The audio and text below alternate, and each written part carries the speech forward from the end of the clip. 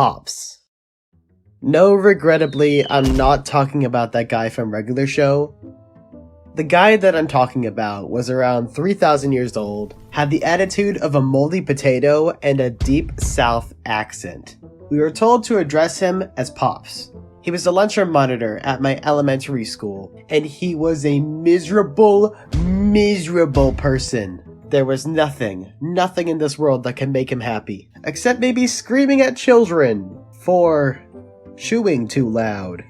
The thing about Pops was that he had a remote that controlled a giant traffic light in the corner of our lunchroom. How it was supposed to work is that the light's green by default. Everybody gets to chat, have fun, whatever. If it gets a little rowdy, things go to yellow. Give us time to calm down. But if all else fails, it has to go to red. So we have a hard reset of silence before we go back to shooting peas at each other or something. With Pops, it didn't work like that. The light was red by default. And if by some miracle it happened to be green, he would switch it to red at the slightest exhale. The light is red! They even gave him a megaphone to amplify his dragonborn shouts. And he didn't just raise his voice at us. This bitter old man was mean and spoke unthinkable things to us. Your breath smells like rotten walnuts.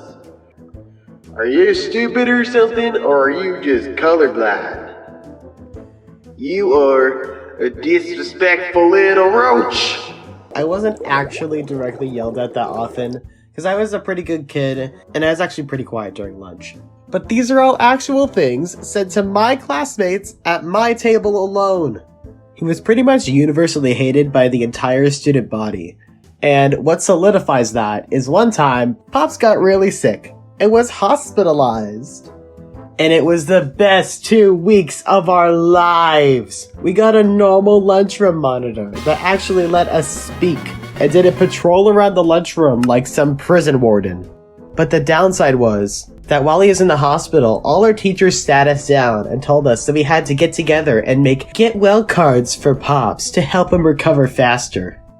In that moment, all of us collective children had the same idea. Alright then, let's make Pops a card. In my class, I know that there were a lot of get worse cards, and I even think a second grader just wrote die on his card. Imagine being so universally hated by elementary school children.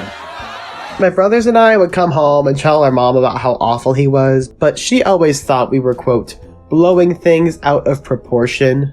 And one time my mom came in to have lunch with my younger brother, because our school had a program for that kind of thing.